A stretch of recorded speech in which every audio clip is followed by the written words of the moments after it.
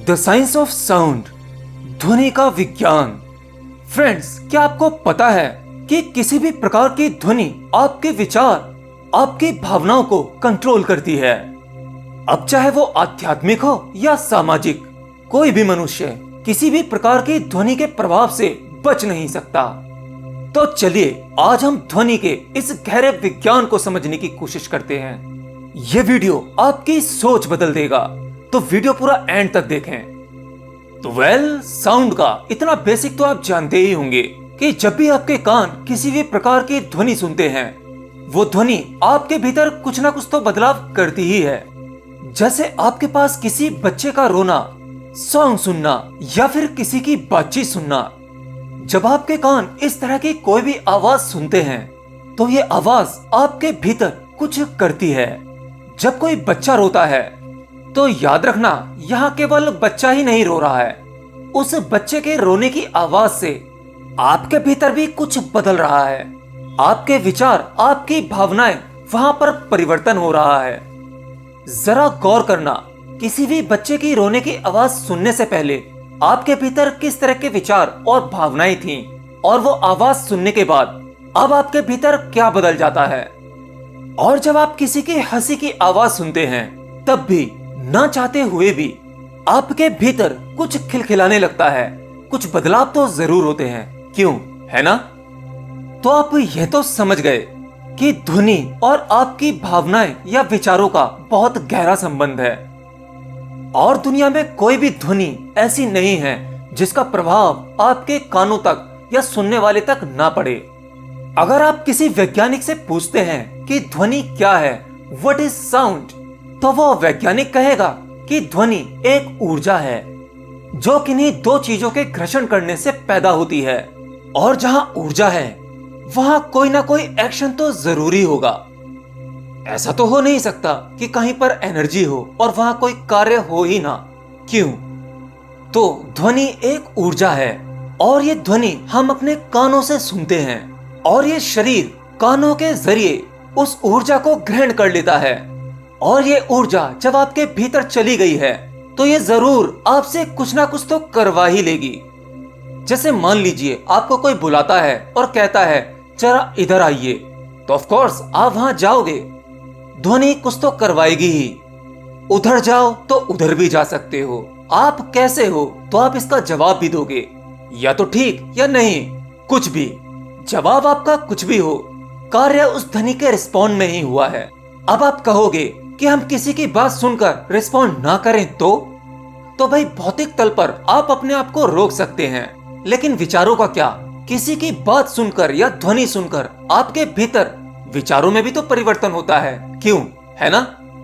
और कोई भी ध्वनि जब आपके शब्दों के साथ आपके भीतरी विचारों या भावनाओं के तालमेल के साथ निकलती है, तो ये उसी के फलस्वरूप आपको परिणाम देती है। जैसे आपने कभी नोटिस किया होगा, अपने आसपास आप किसी भी व्यक्ति से बातें कर रहे हैं, और बातें करने का सोर्स होता है लैंग्वेज, भाषा। भाषा कोई सी भी हो, किसी भी प्रकार के शब्दों का इस्तेमाल क्यों ना हो रहा हो, मतलब जब कोई व्यक्ति शब्दों का इस्तेमाल करता है, तो वह केवल शब्दों का इस्तेमाल नहीं कर रहा होता। उसके भीतर शब्दों का इस्तेमाल करते समय, भाषा का इस्तेमाल करते समय, जो भावनाएं, जो फीलिंग्स उसके भीतर होती हैं, वो शब्दों के जरिए बाहर रिलीज होती हैं और लिसनर के यानी सुनने वाले के कानों तक जाती हैं, और उसके भीतर भी बिल्कुल वैसा ही प्रभाव डालती हैं। उसी प्रकार का परिवर्तन होता है जिस प्रकार की भावनाएं शब्दों के जरिए बाहर निकाली गई हैं। और इसीलिए हम कभी कभी समझ लेते हैं किसी से भी बात करते समय कि यार ये बंदा, ये व्यक्ति, मुझे कुछ गड़बड़ लग रहा है। उसने बातें बिल्कुल सही की, भाषा का सही प्रयोग किया, फिजिकली सब कुछ पॉजिटिव बोल रहा था, लेकिन फिर भी हम कभी कभी शक करते हैं। अंदर से ही एक फीलिंग आती है, कुछ भीतर की आवाज कि यार ये बंदा झूठ बोल रहा है, फ्रॉड है, ये एक नंबर का घुन्ना आदमी है। या कहते हैं ये ऊपर से कुछ और भीतर से कुछ और है। ये आपको भीतर से कैसे पता चलता है? क्योंकि बोलने वाले ने अपने एक्सप्रेशन, फीलिंग्स पर, इन सब पर कंट्रोल करके, अपनी भाषा को बिल्कुल सही तरीके से इस्तेमाल करके आपसे बातें तो की, लेकिन वो नहीं जानता कि वो सभी बातें उसके भीतर भावनाओं के समंदर से डूब कर निकली हैं। जो एनर्जी उसने शब्दों के जरिए या भाषा के जरिए बाहर रिलीज की है, वो बेकार तो जाएगी नहीं। इसीलिए लिसनर या कहें रिसीवर, उसके भीतर से इंट्यूशन आ ही जाता है सामने वाले व्यक्ति को आइडेंटिफाई करने का। और आज ज्यादातर लोग एक आर्टिफिशियल जिंदगी ही जी रहे हैं, पूरा जीवन नकली जी रहे हैं। आपके भीतर जो भी स्वाभाविक घटता है वो आप कभी इस्तेमाल कर ही नहीं पाते। बहुत सी चीजों को आप अपने भीतर दबाकर समाज में अपने आप को नाटकीय रूप में प्रस्तुत करते हैं। आपको समाज में सिखाया जाता है कि सोच समझकर बोलना चाहिए। एक अर्थों में ये गलत है, तो वहीं दूसरे अर्थों में सामाजिक तौर पर देखा जाए तो ये सही भी है। देखिए, सोच समझकर बोलना ये सही कैसे है ये तो आप अच्छी तरह से जानते होंगे, लेकिन आध्यात्मिक दृष्टिकोण से यह गलत है। क्योंकि आध्यात्म कहता है स्वाभाविक बनो, और स्वाभाविक बनने का मतलब तो यही है कि उसमें आपको कुछ बनना नहीं है। आप जैसे हो बिल्कुल वैसे ही हो।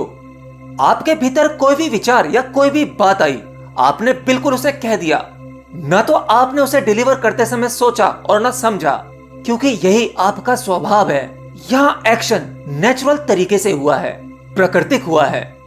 तो आध्यात्मिक दृष्टिकोण तो कुछ इस प्रकार से है, लेकिन हमारा सामाजिक दृष्टिकोण वो समाज के ढांचे के हिसाब से वह भी सही है। मैंने अपनी पिछली वीडियो में भी बताया था कि आप कोई भी मंत्र जाप करते हो, कोई भी उच्चारण करते हो, ध्यान में बैठते हो, तो वहां पर वही साइंस काम करता है। ये आपके भीतर ऊर्जा पैदा करता है, और मंत्र जाप या ध्यान के जरिए पैदा की गई ऊर्जा को आप आध्यात्मिक जगत में इस्तेमाल कर सकते हैं। आपने यह भी सुना होगा कि पहले के लोग श्राप दे दिया करते थे तो उनके मुंह से निकली बात सही हो जाती थी। अगर आशीर्वाद देते थे तो वह भी सत्य हो जाता था। इसके पीछे भी कुछ यही विज्ञान है, ध्वनि का विज्ञान है। कोई भी श्राप या कोई भी आशीर्वाद तब तक काम नहीं करता जब तक कि वह पूरी तरह से आपके भीतर से न निकले। आज हम किसी को आशीर्वाद देते हैं तो हमारे शब्द कहीं होते हैं, भाषा कहीं होती है, और विचार वो कहीं और होते हैं। किसी भी चीज को अस्तित्व में लाने के लिए आपको चाहिए एकाग्रता, और कोई भी कार्य एकाग्रता के साथ किया जाए तो वह सफल हो जाता है। मुंह से निकली बात भी सत्य हो जाती है।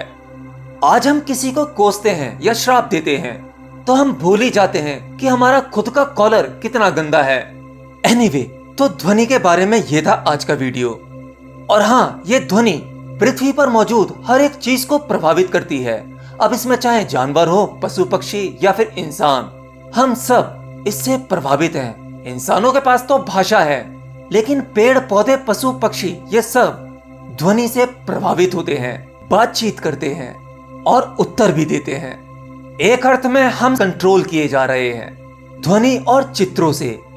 आप मेरी ये वीडियो देख रहे हैं ना, इस वीडियो में भी आपको कुछ एड्स देखने को मिले होंगे, और वो सभी एड्स न जाने आप कितनी बार देख चुके होंगे।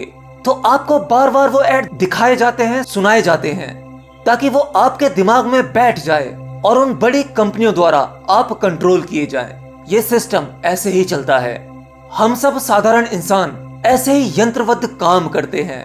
हम एक मशीन या यंत्र से ज्यादा कुछ नहीं रह गए। एनीवे, आज के लिए इतना ही।